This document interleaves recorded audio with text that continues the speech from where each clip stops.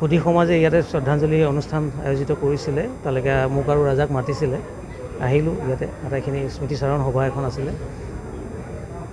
মূল কথাটো হ'ল জুবিনৰ শ্ৰদ্ধাঞ্জলি মানে জুবিনৰ প্ৰকৃতাৰ্থত জুবিনক মূল্যাংকন কৰা, আৰু তেওঁক আমি মূল্যাংকন কৰিবৰ কাৰণে তেওঁৰ যিখিনি কীৰ্তিৰাজি সেইখিনি সংৰক্ষিত হ'ব লাগে আৰু নিৰ্ভুল নিৰ্ভেজালভাৱে হ'ব লাগে। আৰু মই আহ্বান জনাওঁ, যাৰ ওচৰত যি সমলে আছে জুবিন গাৰ্গৰ কথা বতৰা, ভিডিঅ', গান, ছবি, সেইখিনি সংৰক্ষিত কৰিবৰ কাৰণে সংগ্ৰহৰ কথা প্ৰথমতে আহিব। গতিকে আটাই খুব হৃদয়েৰে যাৰ ওচৰত যি আছে, কিবা যদি আছে তেতিয়াহ'লে গৰিমাৰ ওচৰত এই কৰক, দিয়ক। আৰু এইখিনি বস্তু থাকি যাব, তেতিয়া আমি গম পাম, আমাৰ নতুন প্ৰজন্মই গম পাব, আমি নাথাকিলেও পিছৰ চামে গম পাব যে জুবিন গাৰ্গ অসমৰ কাৰণে কি আছিলে। গতিকে সেই সমলে ক'ব জুবিন গাৰ্গক প্ৰকৃত মূল্যাংকন কৰিবৰ কাৰণে নতুন প্ৰজন্মই এটা সমল পাব, আৰু তাৰ জৰিয়তে জুবিন গাৰ্গ কিন্তু সদায় থাকিব আমাৰ লগত। ন্যায় ব্যৱস্থাৰ কাম ন্যায়পালিকাৰ।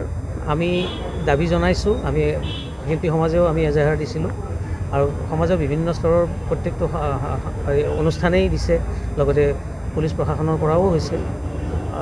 তদন্ত প্ৰক্ৰিয়া চলি আছে, আৰু তাৰ মাজতেই কথা এটা কি, আমি অকণমান সংযম ৰক্ষা কৰি ধৈৰ্য ধৰি পেলাই আমি বাট চাওঁ। কিন্তু ৰহস্যটো আচলতে উন্মোচন হ'ব লাগে, কাৰণ তেওঁৰ ক্ষেত্ৰত যদি ইমান এটা ৰহস্য থাকি যায়, সেইটো কাৰণে আমাৰ কাৰণে, জাতিটোৰ কাৰণে এটা লজ্জাজনক কথা।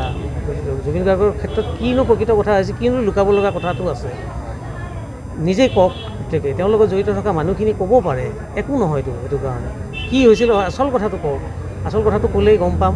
তেতিয়া পৰিয়ালেও অকণমান মনত সন্তোষ পাব। ইমান দিন যে শিলটো লৈ আছে বুকুত, শিলটো নমাবৰ কাৰণে সেই সদুত্তৰটো দৰকাৰ, যে কিনো হৈছে জুবিন গাৰ্গৰ লগত।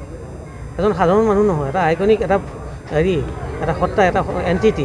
সেই এণ্টিটিটোৰ ক্ষেত্ৰত যদি এনেকুৱা হয়, সাধাৰণ মানুহৰ আমাৰ ক্ষেত্ৰত কিনো হ'ব? আমি একোৱেই নাপাম দেখোন বিচাৰি।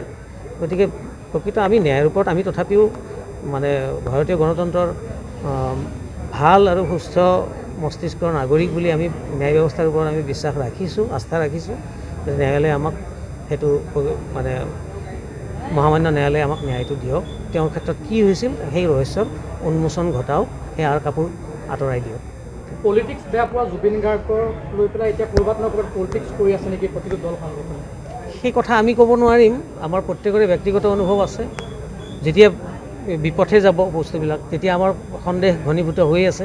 সেইটো তেনেকুৱাই লাগিব। ক'ৰবাত পলিটিক্স হৈ পলিটিক্স কৰিব লগাটো একো নাই।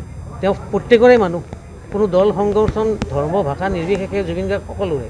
গতিকে তেওঁৰ ক্ষেত্ৰত পলিটিক্স হ'ব নালাগে, আমি সেইটো আশা কৰোঁ আৰু সেইটোৰ ওপৰত বিশ্বাসো কৰোঁ। ৰাজ্য চৰকাৰ তদন্তৰ ওপৰত আপোনাৰ আমি নাজানো তদন্ত কি হৈ আছে, তদন্ত তেওঁলোকে কি বিচাৰি আছে আমিও নাজানো, কাৰণ সেইটো কোৱাও কথা নহয়। তদন্তৰ যিবিলাক তথ্য, গোপনীয়তাটো, সেইটো কিন্তু সেইটো সকলোৱে মানি চলাটো দৰকাৰ। তদন্ত প্ৰক্ৰিয়াত কি হৈছে সেইটো উন্মোচন যদি হৈ যায়, মেইন তদন্তটো কৰাৰ কোনো কথাই নাই। তদন্তৰ গোপনীয়তা ৰক্ষা হ'ব লাগে, তেতিয়া প্ৰকৃত অৰ্থত তদন্ত প্ৰক্ৰিয়া সুন্দৰ আৰু সুস্থভাৱে আগবাঢ়ি যাব। গতিকে আমি সেই বিশ্বাসটো ৰাখিব লাগিব।